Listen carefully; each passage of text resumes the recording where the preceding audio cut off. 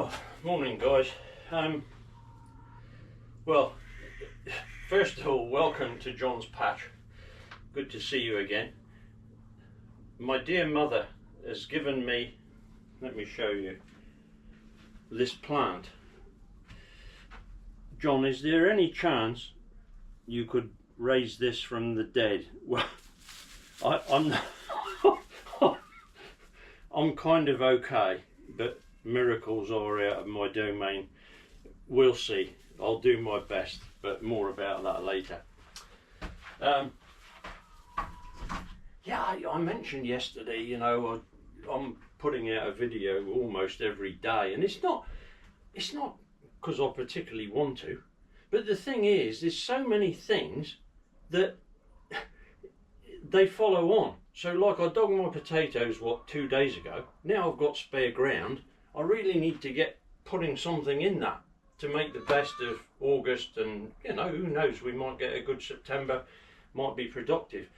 So yeah, just to keep a continuity, that's why I carry on.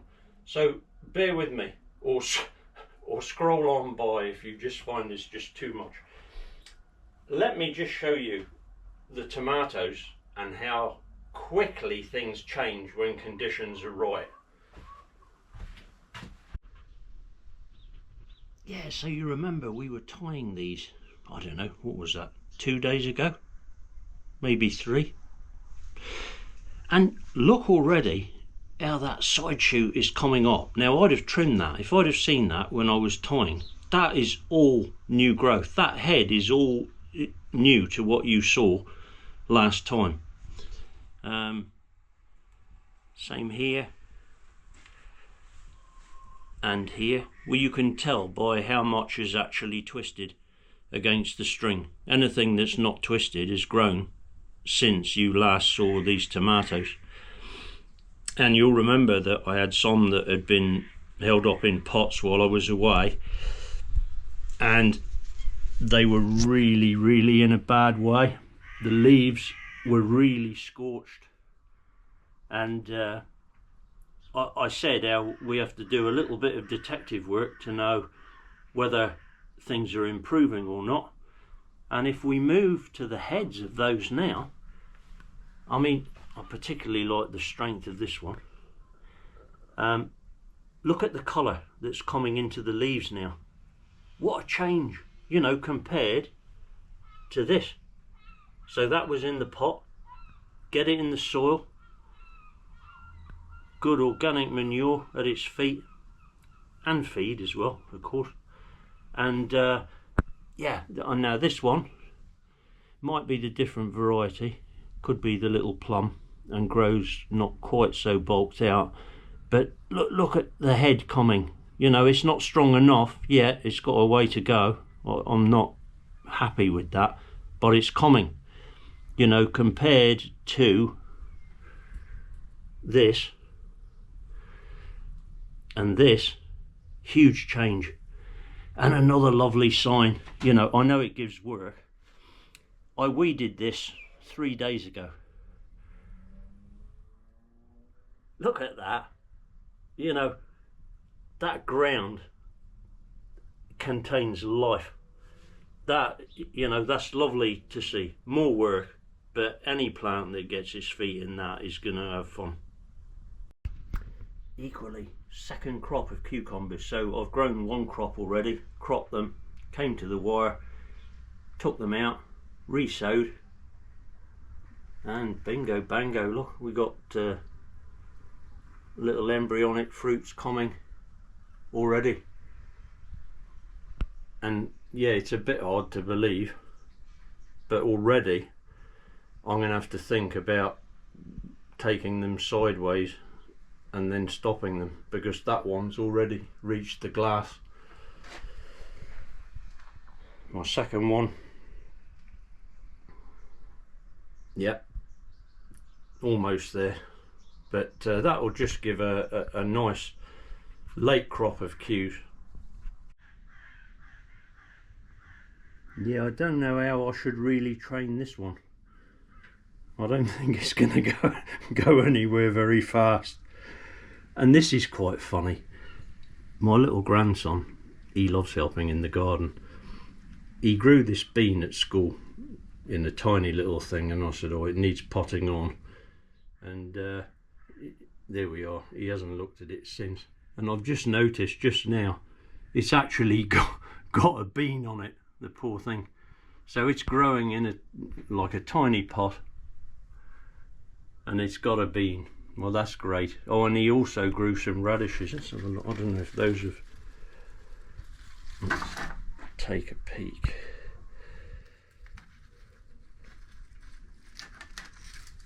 Oh yeah, there's a small one. It's going to need some water. Yeah, well, there we are. Well, he won't see them because he's away on his hollybobs, so yeah, he's going to miss out on those. They'll be eaten by the time he gets back. The one thing that I have taken to doing, I used to use ordinary sort of products bought from the garden store for, you know, you put 2 capsules in a watering can to feed your fruit and veg, but I found I was spending a lot with the veg and the flowers that I've got. It didn't work out overly cost effective. So what I ended up doing, I've experimented this year, and this is what I've done. I've actually purchased my own raw ingredients, and then I just make my own mix. In fact, that's what I'm going to do now. I'll have a teaspoon per watering can, and I'll do my tomatoes, my Q, and all the herbs, etc., just on the shelving here, and get that done. Yeah, the initial outlay is quite big, but the upshot of it is it's going to last me a minimum of 2 seasons. So, because I've obviously got a lot more than what I've got in this tub that I bring in the greenhouse, and it works for the all the troughs and the bedding display around the house and things. So yeah, it's well worth it.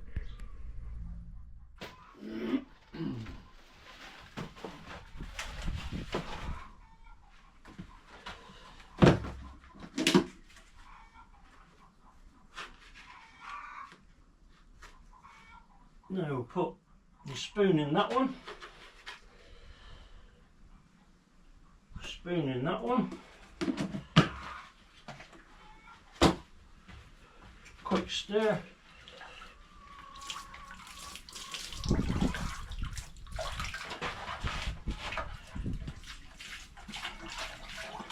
just make sure it's well mixed, and then we can go and, I'll actually take this off because I don't need it.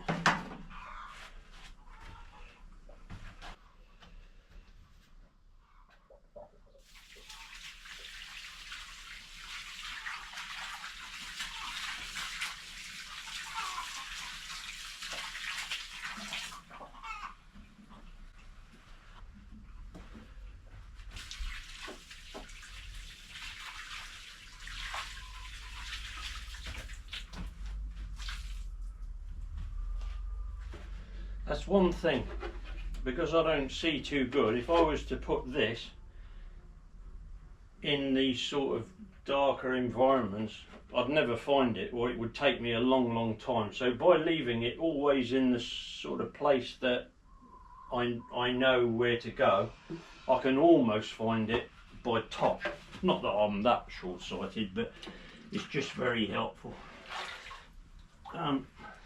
I don't know what to do about, you know, I got these lovely tomatoes here, and I just don't need them. Well, I haven't got any space, and it's far too late to grow them outdoors.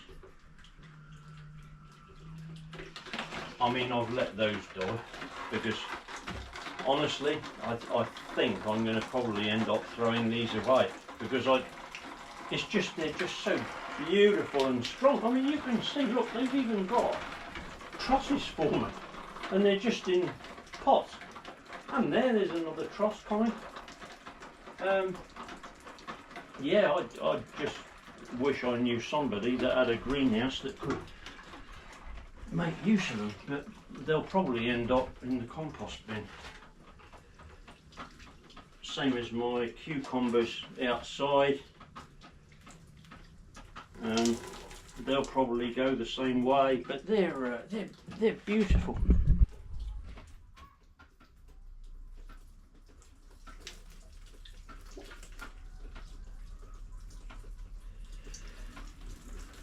Right, can the special feed bring about a miracle with the hydrangea sticks? We'll find out. In fact, it's so dry, I'll probably actually soak it after and get the root ball wet, because the tricky thing is, see, this is the thing, you know, lovely parsley, but I've got parsley. It's just I hate to throw stuff away. More parsley. More parsley. Then we got sage. Yeah, I don't think there's any weeds there. Well, oh, I say that. Do you recognise that? Quick quiz on John's patch. What do you think that is that's self-seeded in the sage? I would say it's Verbena bonariensis. Did you guess similarly? Lovely plant, but he doesn't belong with the sage, so he can go.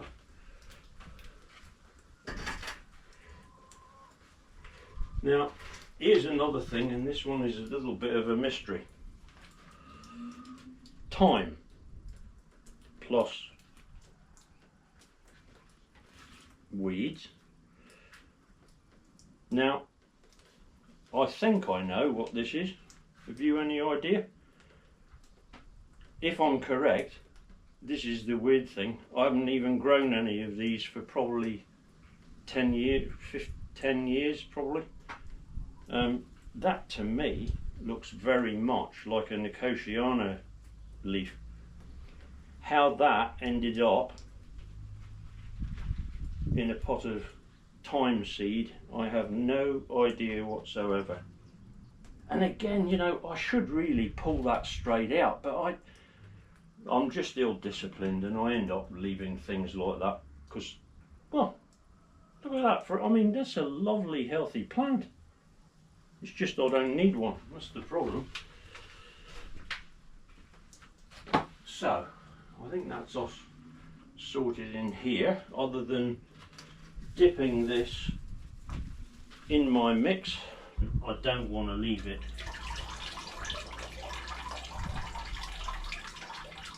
with its feet in water, because that, you know, the poor thing, if it's not dead, it's going to be struggling big time anyway. So let's play detective again.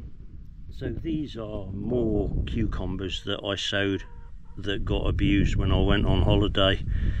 Far too big to be left in pots. And look at the leaves. They are a sorry state. But then, can you see, last week I get back from holiday, look at those leaves. See the change? You know, they're not perfect because they're still in a pot, they're still abused. But these have just been left out on the lawn just because I haven't got room for them in the greenhouse. And you can see, you know, you can read the plant and know exactly what it's feeling by what its leaves tell you. Just in passing, keep an eye on this joker. This is the one that wasn't meant to get big. Bought from a seed in an airport in Holland. And then I'm cynically saying, that's just a tourist. It's not going to, that's a tourist trap just to make you buy something. It's not going to grow big. And yeah, well, if you see, my hands are reasonably sized. That's a fairly big pumpkin. I don't know how much it would weigh, but it's good. Now these chickens,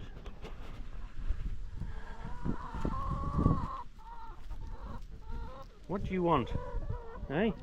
You think I've got some leftovers for you, eh? Come on, you know.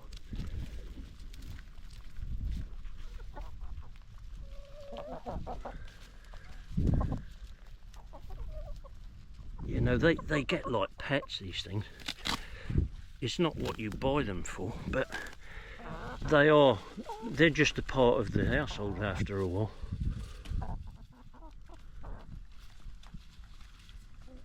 I mean, last winter, when there wasn't much to break in the garden, I let them out. They would even come inside in the kitchen. They're just like a dog or a cat. We will get to the allotment to get on with what we need to. I just see so many things as I'm walking past. This joker,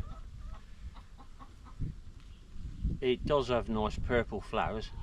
It's in the, oddly, it's in the potato and the tomato family, solanum, but very poisonous. When I was younger, my mother had a donkey. Well, she had my dad as well, but there was a donkey on the scene, and he ate some of this and just about escaped with his life. So that will be coming out, and there's the flowers there, look. So if you're just starting out in gardening, this might be of some use to you.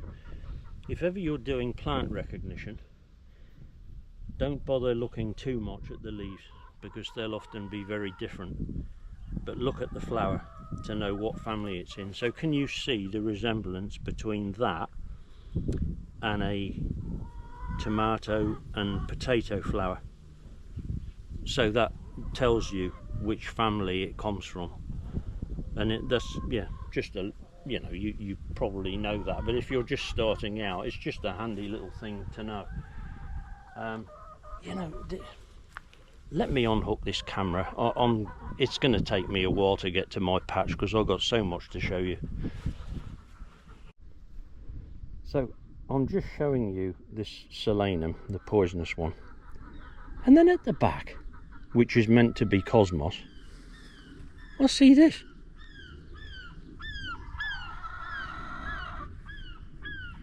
I mean, that's a zinnia, I think, and that's just popped up. Now, I knew there was a borage that shouldn't be there, but I didn't have the heart to pull it up because I thought it would be good for the bees. Yeah, what amazing. That's the lovely thing in a garden. You just walk around and you get these little surprises. Let me show you another one that I found when I was watering the pumpkin yesterday. So a tangled mass of weeds, dead sticks, an old tree stump where honey fungus took out my foxglove tree, and yet when we take a look, there's little treasures tucked away there.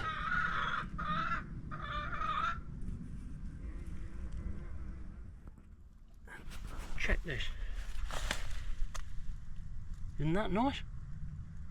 That's a type of morning glory. Beautiful. And if that self-seeds, which it should do, that would be lovely next season climbing up the wall.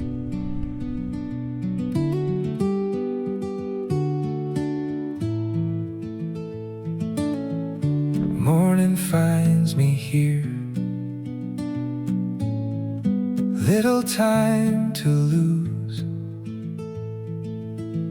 Still I plant my hands in the ground I choose. In the garden patch I kept my faith alive. Even broken things learn how to survive. So, this will be today's project. we got the remnants of the onion bed. We got the bit where the potatoes came out. So what a waste, yeah? That's what I mentioned at the start of the vlog. Is, you know, empty ground in August, that's no good. We've got to get something in. So first of all, we'll tidy it up. And I just want to show you a little thing that helps me, because I don't see, if you haven't followed the other vlogs, I'm partially sighted, which it's okay, but it's got its challenges. And I just want to show you something that helped me. Give me a moment.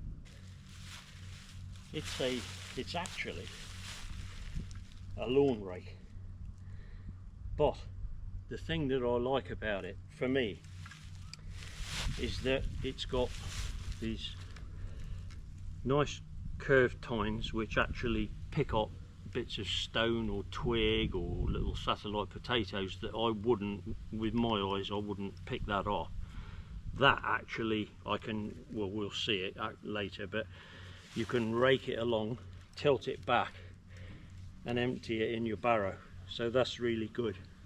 But even better than that, instead of having a rake the standard length like that, having it much wider means I can get a bit of a feeling for level more than I would with a very, well, not a narrow rake, but a standard rake. It's just helpful. Now I won't get it perfect like you would with good eyes, but I'll get it better than I otherwise would.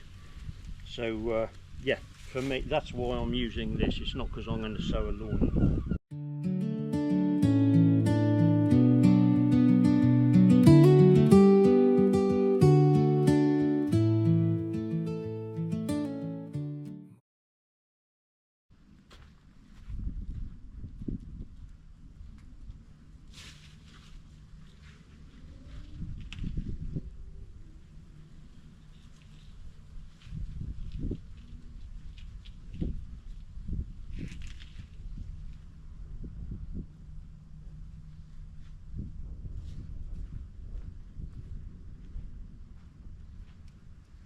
I'll get me a few more eggs.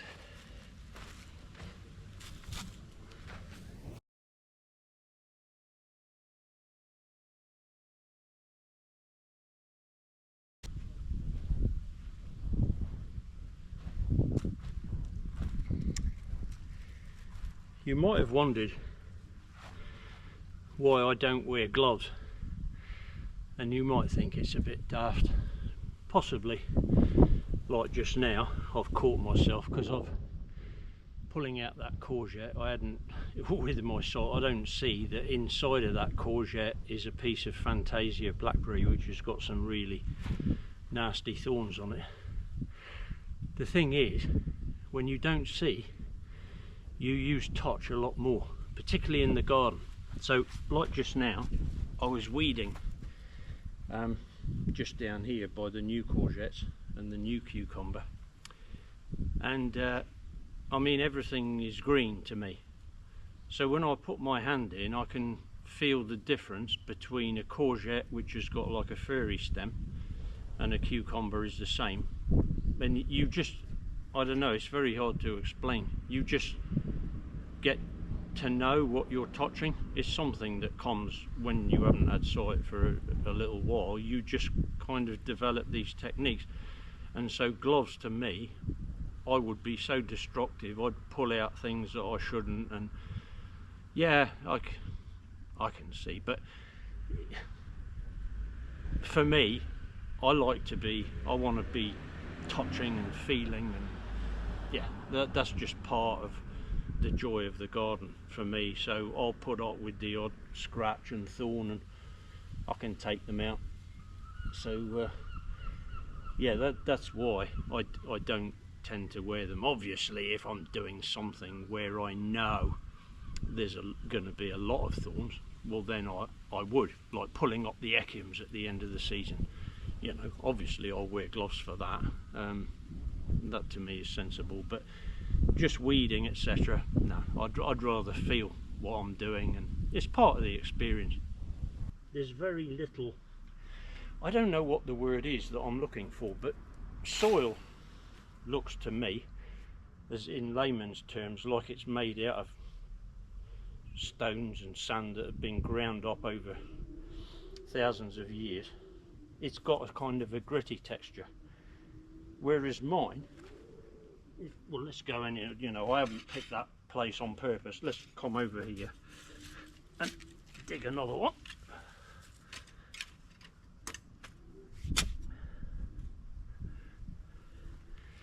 If you look at that, right, whoops, you know, that is very light. It hasn't got the weight of soil.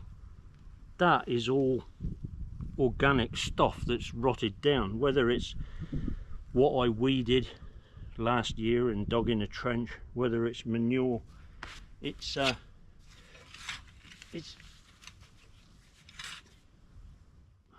you see, very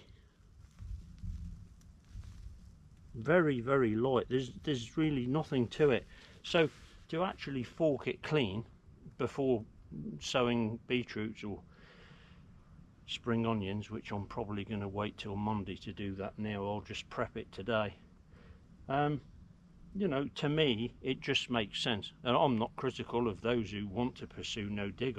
Great, and your results are awesome, but yeah, for me, I would just prefer to fork things through and keep it clean. I just feel better doing it that way, that's all. Yeah, so I've got 3 lots of seeds to put in. I've got beetroot Pavlo, which is one that I use every year. I've got onion Ishikura, which is a salad onion, which again it's never let me down, so I just continue to use it.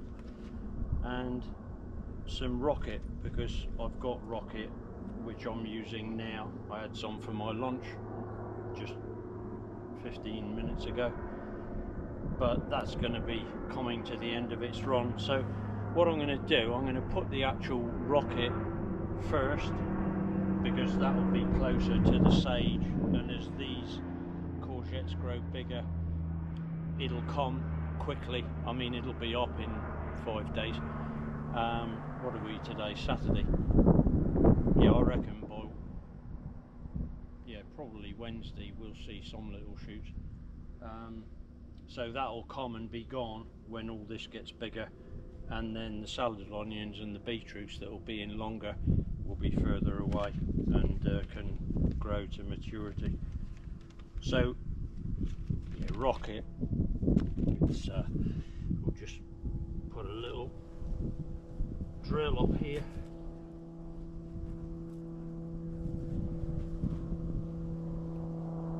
Don't want that joker.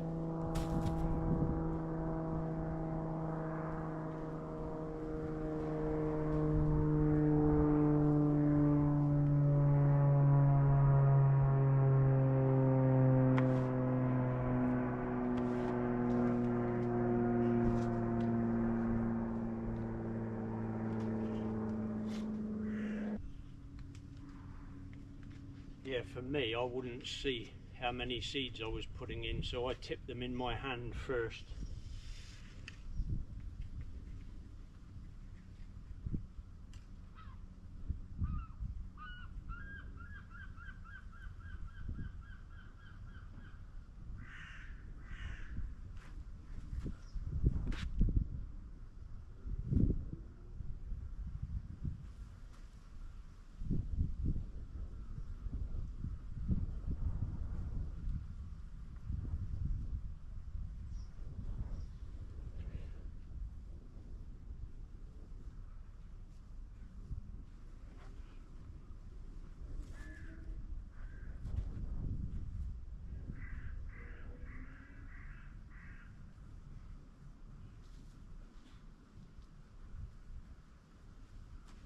There we are, job done. All that will need is water, and nature will do the rest. I wouldn't see how to get my row straight, but I can see this. So if I put that there, and move that one to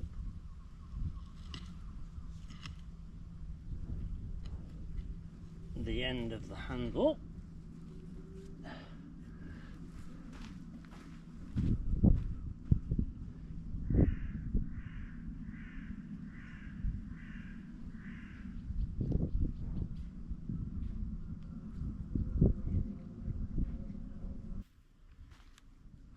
And next we'll do the shikura, because they grow obviously tall and slender.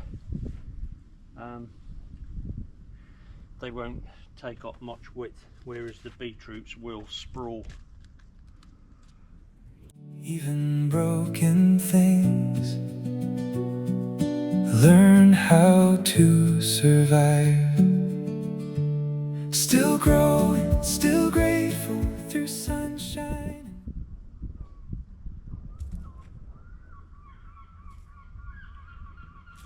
So I wouldn't actually grow a like a single row.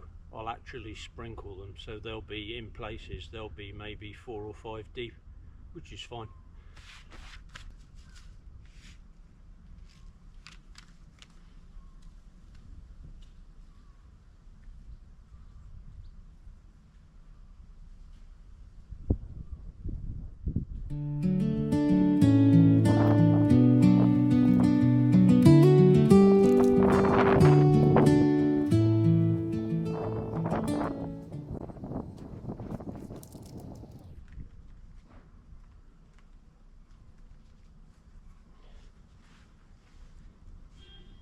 Now, normally I would get my riddle or my sieve and I would just sieve a little bit of soil over the top, but today I'm in a hurry because I've got something else I need to be attending in about half an hour, 3/4 of an hour, so I'm just going to blitz through and cover them with my hand. I'm sure they'll be fine.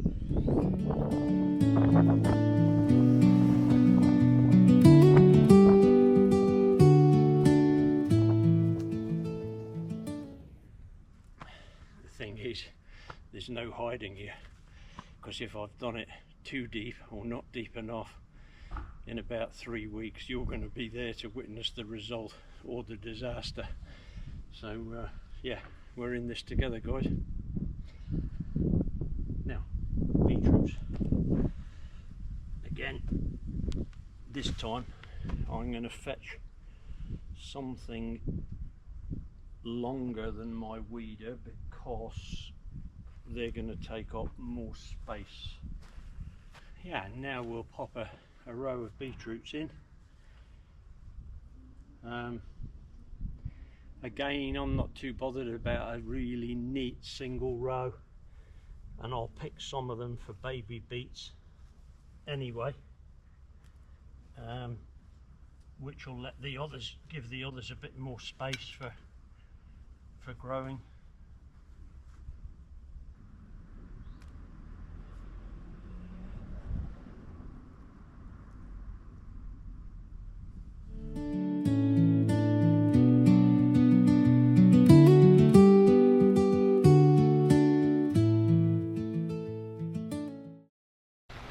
So I don't like using mains water for obvious reasons, but unfortunately the well, I don't use the generator to pull the water out of it on the weekend because it disturbs the neighbours. So all being well, Monday I will get the pump on, or the Jenny on, drive the submersible pump to bring the water down to the cistern here, and then I'll have all the water I need in my lovely 3/4 inch hose, and yeah, that will give me all the water I need straight out the ground.